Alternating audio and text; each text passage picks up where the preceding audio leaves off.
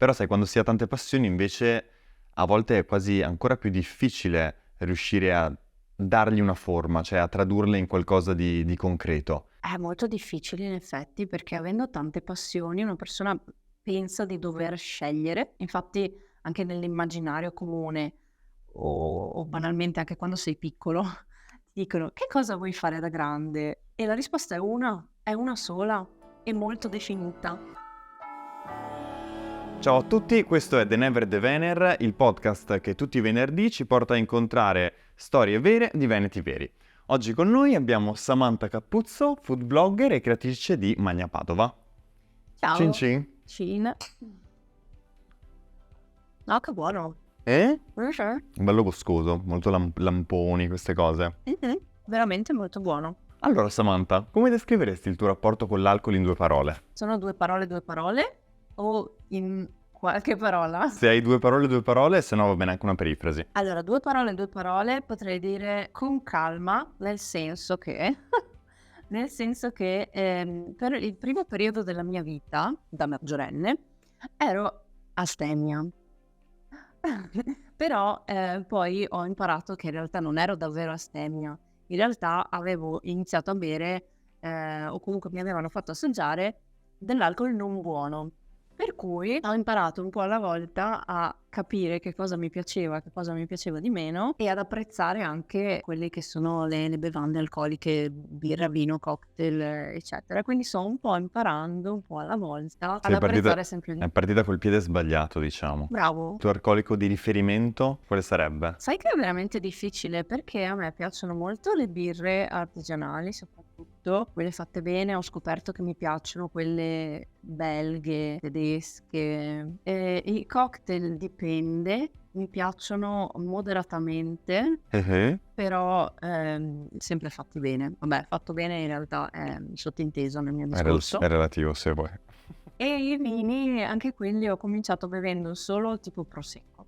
E poi Non si trovava altro allora. no, perché sai è quello con cui è più facile iniziare, Certo. quindi ho iniziato con quello, però adesso mi piacciono i miei preferiti fondamentalmente sono i rossi, capito? Quindi Ok. è un percorso secondo me. È un viaggio di scoperta, un viaggio continuo. Sì, esatto. E invece, com'è nata Magna Padova? Che bella domanda. Ci sarebbe da parlare un sacco, cerco di essere abbastanza breve. Intanto spiegaci un po' che cos'è per chi non lo sa. Giusto, giusto.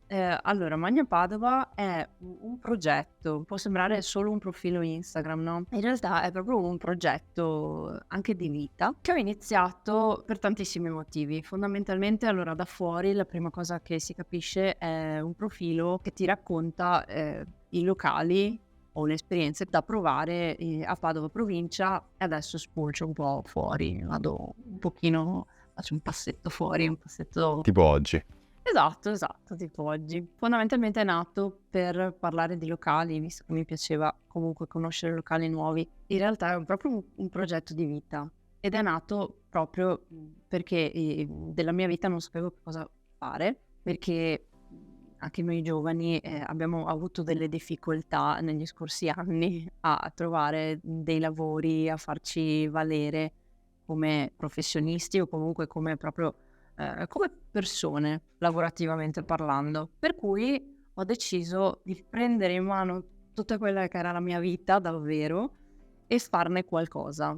Ok. Devo iniziare un progetto mio per far capire alle persone che cosa so fare. È venuto fuori Magna Padova, è venuto fuori che potevo parlare di raccontare e far conoscere i locali di Padova e provincia alle persone. Che questo non è facile, è quello di cui chiacchieravamo anche un po' prima di iniziare l'intervista, cioè del fatto che tu dici io sono una persona che ha tante passioni, ha tanti interessi e a volte pare che quando tu hai una passione diventi tutto più facile perché basta andare in quella direzione e tutto magicamente si risolverà.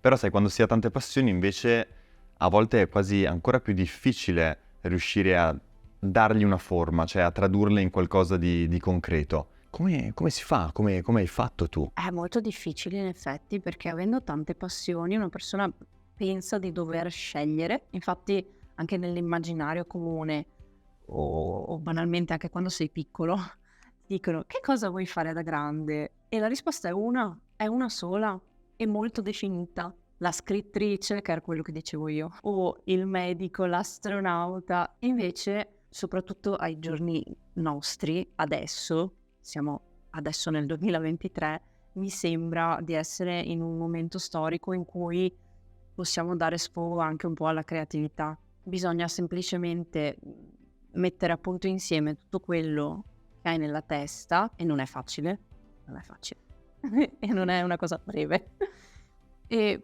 pensarci un attimino e pensare: "Ah, bisogna essere anche un po' creativi in questo." E pensi che saresti riuscita a fare quello che stai facendo oggi in un contesto già strutturato? Cioè, mi spiego meglio, in un contesto in cui non sei tu l'unica persona a cui rispondi, ma all'interno magari di un'azienda o di una corporazione già più strutturata?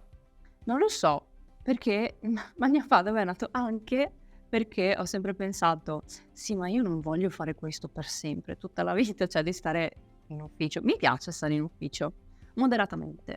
Beh, però la tua Quindi vita oggi credo sia abbastanza in giro, comunque. sì, sì, sì, ho comunque una base in questo momento, perché poi, non dura tutto l'anno e magari non lo farò per tutta la vita, però in questo momento per qualche mese l'anno lavoro in ufficio, Ok. 9-18, lunedì, venerdì, insomma classico.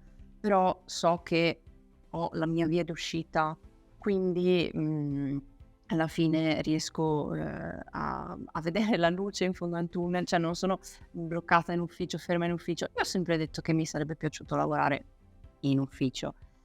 Però sai, quando ti dicono: "Devi fare questo, non puoi farlo così, non puoi farlo colà, non hai sbocchi per, creare o inventare o fare come vuoi tu." Poi penso sia anche difficile riuscire, perché quello che fai tu è lavorare con la tua creatività, con una parte di te che è tutta tua, no? E allora forse diventa anche più difficile tirare fuori quella parte lì o farla capire a persone che sono fuori da te, che non sono te. Per me è difficile reprimermi o limitarmi. Io scoppio, capito? Non so come spiegarlo, però non devo essere costretta in qualcosa. E allora nel momento in cui non sono costretta do il meglio di me. Invece se sono costretta no. Senti, a proposito di sentirsi costretti, tu come tante persone che abbiamo già intervistato, tu oggi vivi a Padova, che comunque è una realtà cittadina, una realtà con un po' di respiro, ecco, però vieni come anche me, da un piccolo paesino della provincia veneta, che nel tuo caso è Due Carrare, giusto? Nei paesi veneti, nella provincia veneta, si respira un certo tipo di clima che magari alle volte non è esattamente esaltante. Ti va di parlarcene un po'?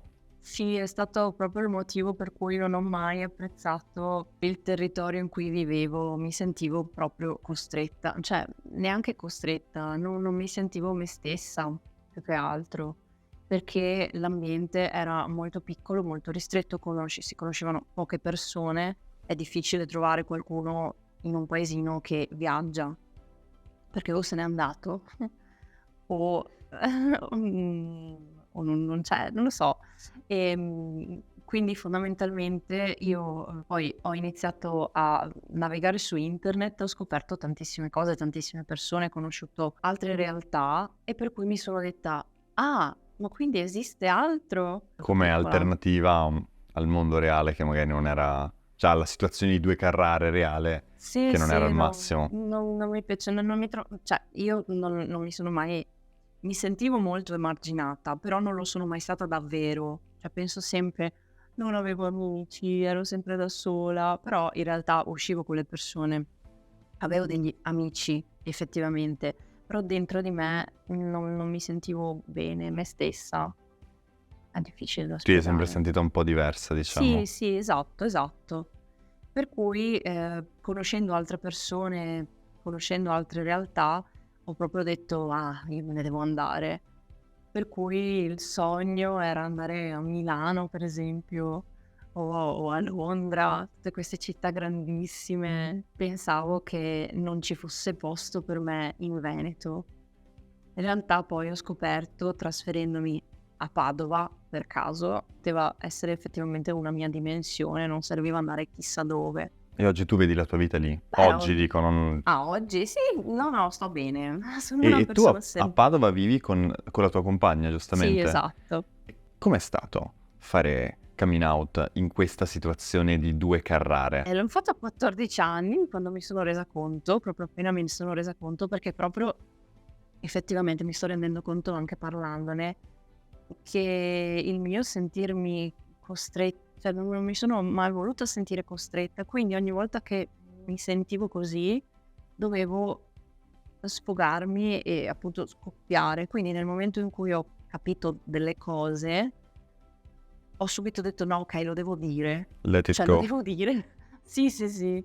E per cui l'ho detto praticamente subito, ovviamente tutti 14 anni, quindi scuole superiori tra all'inizio, tra le tra le medie e le medie e le superiori. superiori. È stata l'estate tra le medie e le superiori, proprio un Bello. mamma mia.